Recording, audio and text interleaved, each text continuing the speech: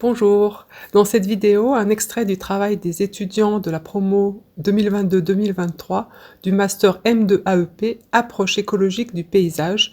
Ce master M2 AEP est en fait cohabilité entre l'Université Paris-Saclay et l'École du Breuil qui est l'école d'horticulture de la ville de Paris. C'est un master qui forme des professionnels ayant une double compétence, à la fois paysagisme et à la fois écologie scientifique. Ainsi, ces professionnels pourront mettre à profit cette double compétence pour gérer, créer de nouveaux espaces, notamment urbains. Le travail demandé cette année, dans le cadre de l'UE Nature, Humain, Paysage, était d'imaginer la création d'un jardin avec vue sur mer. À la fois donc en prenant en considération leurs connaissances en écologie, leur sensibilité et leurs connaissances dans d'autres domaines tels que bien sûr le paysagisme, mais aussi l'urbanisme, voire l'architecture, la géographie, l'anthropologie. La demande était pour créer ce jardin de s'inspirer, non pas de copier, mais de s'inspirer d'un type de jardin déjà existant, déjà imaginé, créé par l'humain. Et ils pouvaient bien sûr par exemple aller voir dans d'autres cultures quel type de jardin avait pu émerger. Ainsi, dans les minutes qui suivent, vous allez découvrir en quelques mots ce qu'est une forêt-jardin, le jardin sec japonais, le jardin monastique médiéval et encore un autre type de jardin d'inspiration japonaise. Le jardin inspiré, choisi est le jardin forêt. Un tel jardin permet en effet d'allier usage comestible du jardin et biodiversité. De plus, il est possible de faire de la pédagogie autour de ce jardin, ce qui nous intéressait. Le jardin forêt a été conceptualisé pour la première fois en climat tempéré au XXe siècle par Robert Hatt. Il mettra en place sur sa ferme du Shropshire, dans les Midlands de l'Ouest, la culture d'essences comestibles organisée selon le modèle des forêts tempérées. Le jardin, originellement mis en place par Robert Hart, présente une association d'espèces locales, mais également d'un grand nombre d'espèces exotiques. Le concept du jardin-forêt va ensuite être repris, notamment par Martin Crawford, qui va lui développer l'aspect productif du concept et fonder le Agroforestry Research Trust. Par la suite, de nombreux projets reprenant le concept du jardin-forêt ont vu le jour. Cependant, ce concept est encore assez récent et commence à s'implanter doucement dans les pratiques jardinières actuelles.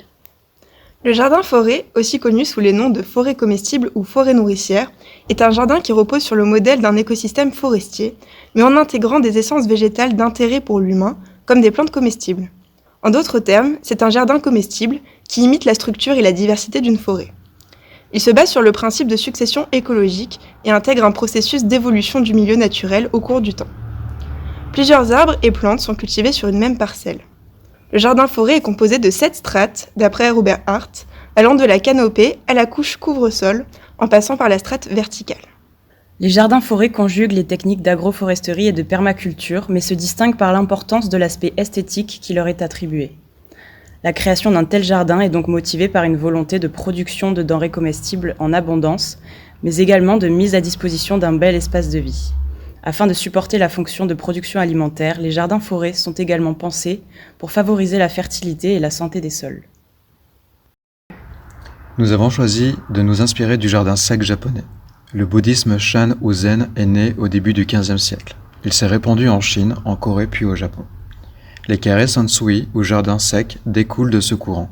Ils sont nés dans les monastères bouddhiques japonais, dits les temples zen. Il y a une faible connotation religieuse de ces jardins.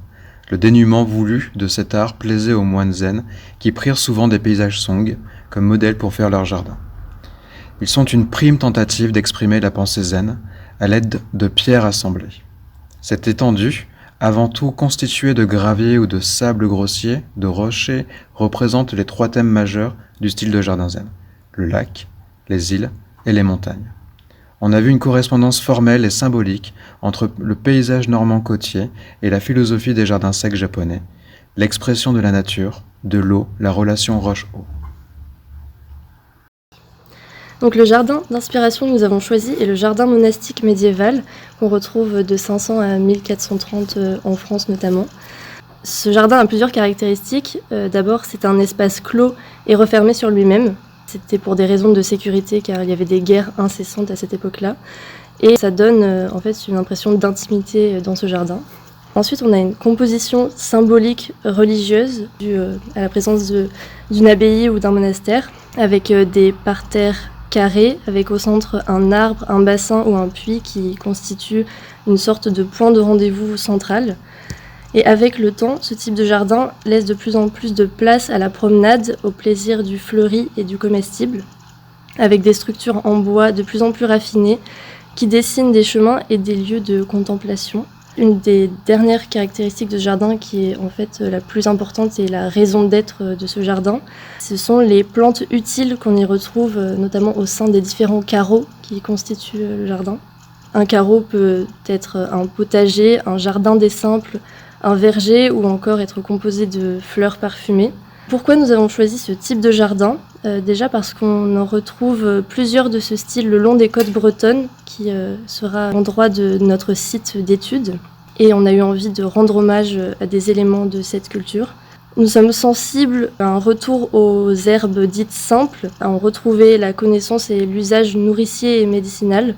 Ces plantes aux propriétés bénéfiques peuvent être cultivées, mais aussi récoltées à l'état sauvage. Nous attachons une importance à leur appartenance à la culture locale et donc, par extension, à la biodiversité bretonne. Et l'enjeu avec ces plantes est la transmission donc de la connaissance et du respect du patrimoine naturel et la favorisation des espèces végétales indigènes et potentiellement des espèces animales qui peuvent être associées. Et aussi, on avait dans l'idée de rapprocher la société de l'exploitation de la terre à la manière des jardins nourriciers créés dans la cour d'un bâtiment médiéval ou plus largement comme la ceinture maraîchère encerclant les villes de cette époque.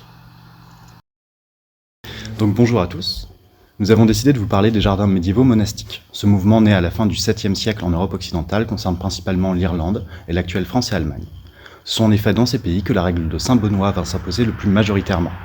Cette dernière propose de vivre une vie simple, dédiée au recueillement, au travail et de s'éloigner des problèmes séculiers. Cet isolement relatif des communautés bénédictines va pousser les monastères à adopter des organisations autarciques, le monastère devant, par son labeur, subvenir à ses besoins. Le jardin monastique est avant tout un jardin utilitaire. Structurellement, ce jardin isolé du monde est extrêmement hiérarchisé, chaque végétaux étant à la place qui lui a été attribuée.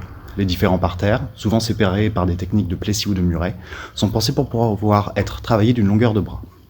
Cette division des jardins sépare 4 espaces au sein du monastère et va ainsi distinguer l'aménagement des cloîtres, mais aussi le jardin des simples médecines, le potager, enfin le viridarium, aussi appelé le verger-cimetière.